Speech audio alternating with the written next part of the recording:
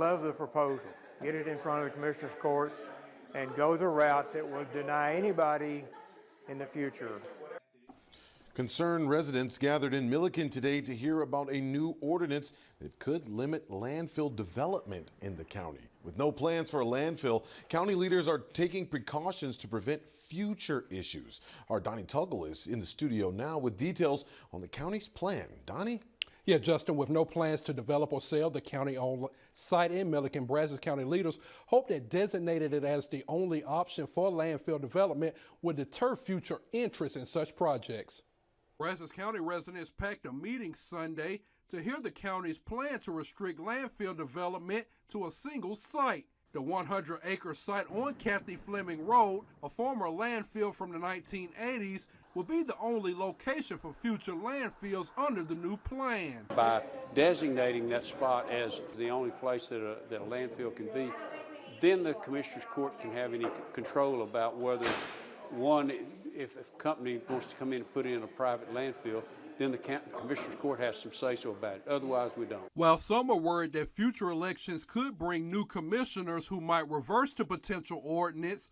Is there hypothetically a situation, I think what everybody's asking is that maybe the county changes its mind and says we want to put a landfill here. Would that have to go through an elected process? Others like Lynn Elliott are confident that taking action now is the best way to prevent future problems. If you don't, and something happens if someone acquires property, gets it into the permitting process, you're too late.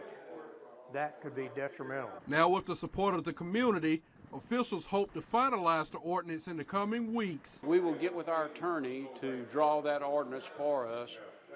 We will take it to Commissioner's Court, and my hope would be in the next 2 to 3 weeks that we would get that done. Once the ordinance is on the agenda, residents will have another chance to voice their concerns directly to the full Commissioner's Court. Donnie, this isn't just an issue that's affecting there. It's also in other counties. They're dealing with it right now too, right? Yeah, that's right, Justin. Just last month, residents in Lee County were vocal in their opposition to a proposed compost facility. I spoke with the Austin-based group and residents and that could be impacted if permits are granted for the site. Life on County Road 326 in Lincoln is quiet, just how residents like it. But many worry a proposed composting facility could change everything. Concerns range from foul odors and noisy trucks to wildlife like vultures and hogs. Annie Bolanino lives near the site and dreams of creating a refuge for youth and veterans using her property and horses. So they're there to help others, and if I lose them, I lose the ability to do that. You know, I can't ask kids and veterans to come out here and feel what it feels like to be in a beautiful, serene place with buzzards flying in the background. Neighbor Larry Welfel fears runoff from the site could harm his livestock in local creeks that flow into Lake Somerville. I've had this property since 1980, and I hate to see it. I want to give it to my grandkids, but if there's a dump up here, it's going to be useless. Break it down. The Austin-based company behind the project says the facility will occupy just 2 acres of a 60-acre property and won't impact quality of life or water sources, including Lake Somerville. This is a really small facility and operation, even by any standard.